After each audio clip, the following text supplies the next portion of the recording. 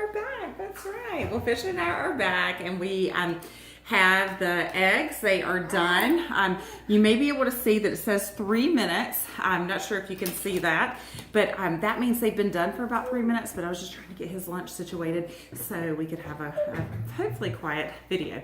All right, so I am going to show you how to release the steam. Some of the recipes call for a natural release, so you leave it for like 10 minutes and it will naturally release, and that count up will tell you. And then the other what I'm going to do now is a manual release. So Fisher, the dinner time express is coming into station. Choo choo.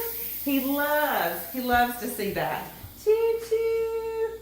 Okay, so didn't take too long, but the nice thing is, let's just say I'm doing homework with the boys or something and I can't get to the food right away. It stays on the warming feature, so nothing gets cold while we're waiting. So I'm gonna go ahead and do that. There's a little red pin right here that dropped down, so I know that the pressure is done.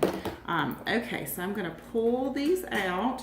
And they are pretty hot. I probably should have used oven mitts, but I'm going to go ahead and with the other ones just take them out with our tongs. So the trick now, after you steam your eggs, is to put them in an ice bath. An ice bath will cool them off quickly, and then it will make peeling it a dream. We're basically going to get the shell of this off like in one sheet typically. So I'm going to let that sit for a couple of minutes while I tell you a little bit more about the Quickcooker.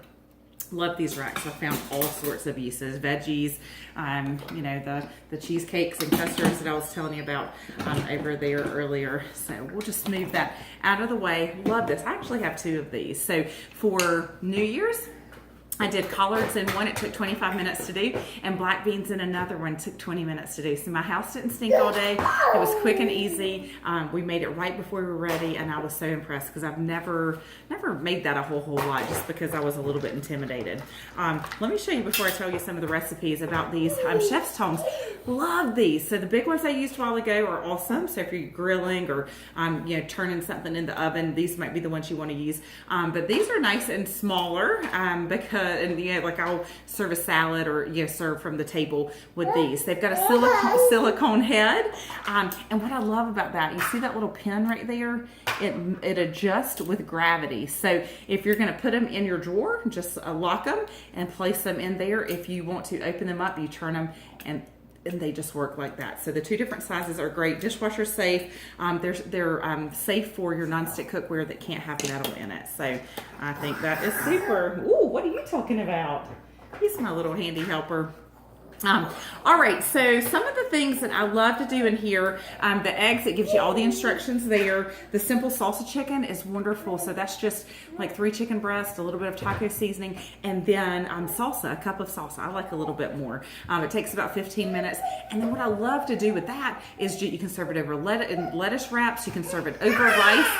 You can serve it with black beans. You can serve it in a taco shell. You can serve it over a salad. You can make quesadillas with it, whatever you want to do. So I cook once and we eat multiple times, but we don't eat exactly the same. So we can change, we can disguise our leftovers a lot.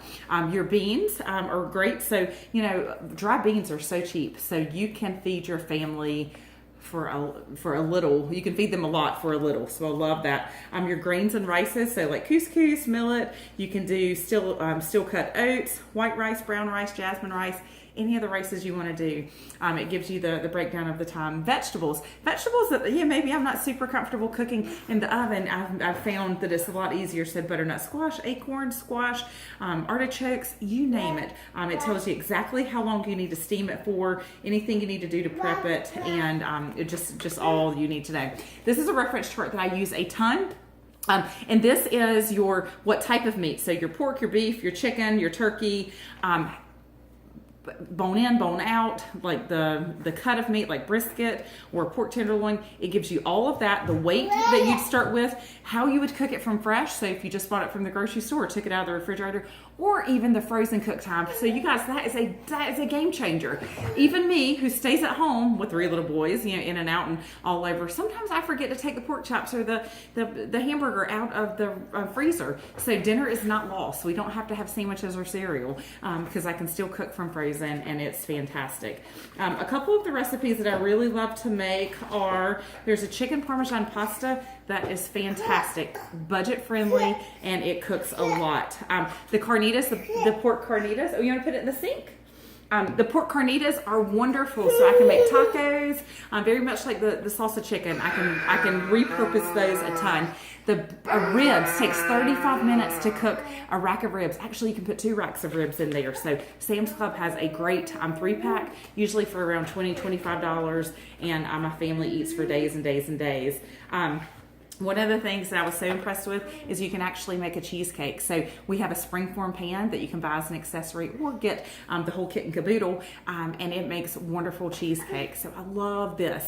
Now, this little recipe book comes with each one of our quick cookers. But hey, maybe you've got an Instapot or some other type of electric pressure cooker. I can get a replacement part for this. So if you need some new recipes, everything that I've made, like that I've found online to adapt from an Instapot to the quick cooker have been just perfect. Just perfect. Love that. All right, so we're going to go ahead and take this egg out, and I think it should be cool enough. So I am just going to crack it right here, and then we're going to find an entry point.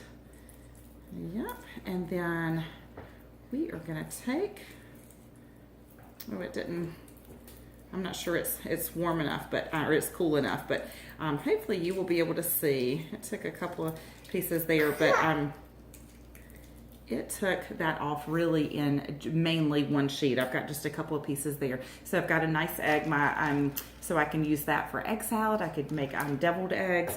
My middle son and I just love to have eggs as a snack. So he usually eats the outside, I eat the inside, and we're just a good team. All right, let me know if you have any questions about the quick cooker or anything else that I've shown you in the video. Just a quick plug for these because they are so under advertised, but the flexible cutting mats are wonderful. He loves the flexible cutting mats. So they come in a set of 3. You get 3 different colors. They've got measure marks on it, so I love that. So if you wanted to measure your carrots all 3 inches, you could do that.